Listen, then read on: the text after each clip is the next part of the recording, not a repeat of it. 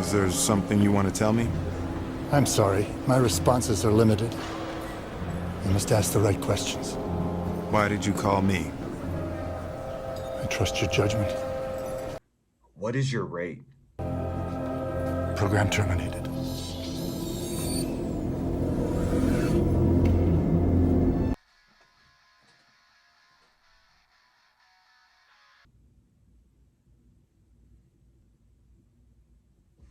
Hello and welcome back to another episode of your LoanSlayer Strategist Show. My name's Jason Granum and I am your Loan Slayer for the day. We're talking about that one word that changes everything. Everything. I promised you a video about asking the right question. There's a lot of wrong questions. There's one right question you can ask, and it's all about changing one word. Everybody who has had a mortgage loan has asked a question, but did you use one word or the other word? The right word or the wrong word? Let's get into how to ask the right question. What happens when you ask the wrong question? Well, you can pretty much consider that conversation goodbye. They shut you down, or maybe you shut them down.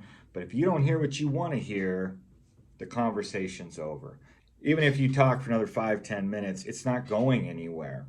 And everybody should pay attention to this, whether you're a consumer or you're on the other side and you do mortgages for a living. This video is for you. Have you ever called a mortgage lender? Well, most of you are saying, yeah, I've called a mortgage lender. Do you say, what is your rate? Do you ask them what their rate is? Their interest rate? Don't you want to know what their interest rate is? That's the wrong question. It's that simple. Number one, that's the wrong question to ask. Now, you might be sitting there saying, well, you got to be crazy. Of course, I want to know what the rate is. And you should. The right question, and we'll get to that in a minute, has everything to do with you. What do you look like on paper? Now, nobody cares what you look like in person, but on paper, what's your financial situation? What's your credit situation?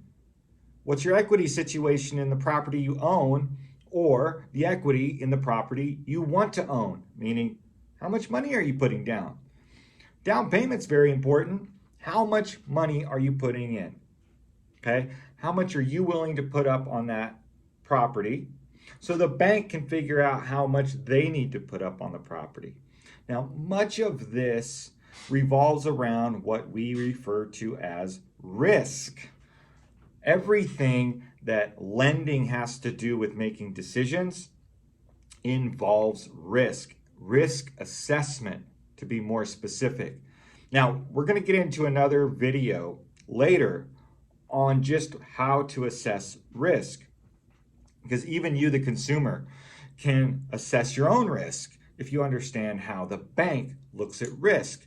This helps you avoid being surprised and actually setting yourself up for expectations that are within reason. Anytime you're disappointed in anything, really, whether it be your mortgage lender or life itself, because your expectations were higher than what was met. So it's important to place the right expectations on your lender so that you avoid disappointment. And this doesn't mean that you should blindly follow whatever anybody says. No. But the more you know, the more you'll understand where they're coming from. Because at the end of the day, lenders are all assessing risk in the same way. The money that they're using to loan you comes from the same place, Wall Street. So they're using money and they're assessing risk with your personal financial profile with someone else's money and somebody else's rules, or what we call guidelines. They have to follow guidelines, and those guidelines are all built around risk assessment. So FICO score, credit depth, equity on your home, the amount of down payment, how much you're earning versus what your debt situation is. We call that a debt-to-income ratio. For those of you that don't know what a debt-to-income ratio is, very simply put, how much total debt is the ratio against how much money you earn. And they look at it on a monthly basis, and it comes out to a ratio. 20% of your income goes towards your debt, 30%, 35, 45. What is it? They're looking at that as well, and that is part of risk assessment. Property types are part of risk assessment. What kind of property are you about to purchase? Is it a condominium? Is it a single family residence? Is it a 4-unit property? All of these different types of properties themselves have their own risk assessment. Even before we get into, well, what you look like on paper. You can make lots of money and qualify perfectly well for a property, but if it's a 4-unit property or 3-unit property, you're going to need to put more money down because the risk of the property itself has a higher risk assessment than a single family home. Condominiums, for example, have a higher risk assessment than a single family home.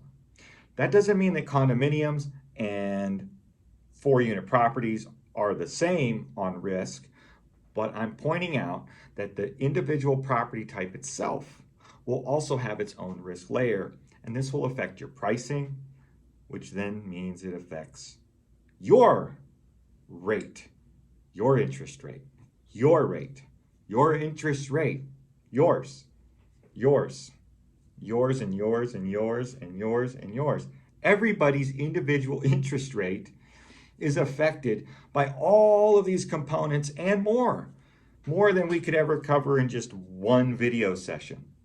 So this is designed to give you an idea of where your lender's coming from so that I can introduce you to the one simple magic word. One word. My. The difference between your and my is almost the entire universe.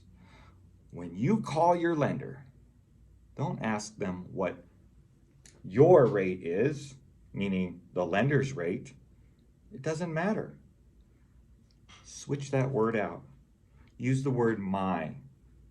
Ask them, what's my interest rate? Because your interest rate is going to be different than your neighbors, your friends, your moms, your cousins. Everybody gets a different rate, and that's not because of any disparaging treatment. Everybody gets a different cost for rate, all based on their financial profile, how much money they're putting down, what type of property they're buying. Next time your neighbor or your cousin or your family member says, oh, I got this great rate, that's great. But just because you're not getting quoted the same rate doesn't mean your situation and their situation are deriving the same risk. Therefore, the cost of money can be different. In fact, your cousin or neighbor or somebody could have a great rate, and once you ask the right question, which is, hey, Mr. Lender, what's my rate? Maybe your rate's even better. All of these factors go into it. The rates also change daily, which I hope by now, if you've watched my other videos, you're seeing a pattern of different influences in the market. So not only is risk different and everybody's financial profile is different, but also the rates are changing every day. Up a little, down a little, up some, down some. Oh my God, the rates went over here. Well, maybe they came back down in a few days. All of these factors exist when we are assessing the market and as lenders are trying to deliver the answer to the rate question. If I were to give advice, don't be such a rate shopper. Ask the right questions and start with, what's my rate, Mr. or Mrs. Lender? What's my rate? They're going to go through a series of questions trying to get to know you and your financial profile. This will help them actually give you a real and authentic rate quote. That rate will be more tailored to who you are and what you can actually achieve when you're making the biggest decision of your life, which could possibly be buying a house. Or refinancing your home is also another big decision because it impacts that one item that we consider such a huge part of our day-to-day lives. Now, I would love to hear more on whether you had a good experience or a bad experience with rate shopping, or do you rate shop when you call a lender? Put that in the comments below because there's a lot of misunderstanding around this topic. And this video is designed to be educational and give you insight from both perspectives. The lender's perspective, who's trying to deliver a service to you, but also your own perspective as a consumer. What are you really trying to convey? Because if you're not asking the right questions, then simply put, you're not going to get the right answers. Stay tuned. We're going to go deeper into the subject of risk, because risk is something that even a lot of mortgage lenders, and if you're a mortgage lender watching my channel, thank you. We're going to dive into how to understand risk. And as a consumer, if you can think like a mortgage lender and understand risk assessment, well then, you've got a leg up. You've got that advantage when you're talking to your favorite lender about your situation. Imagine that, the lender and the consumer speaking the same language. Anyway, thank you so much for watching. My name's Jason Graneman, your loan slayer for the day. And remember, it's not work, it's a lifestyle. Cheers. Yeah, what's my rate? That, detective, is the right question.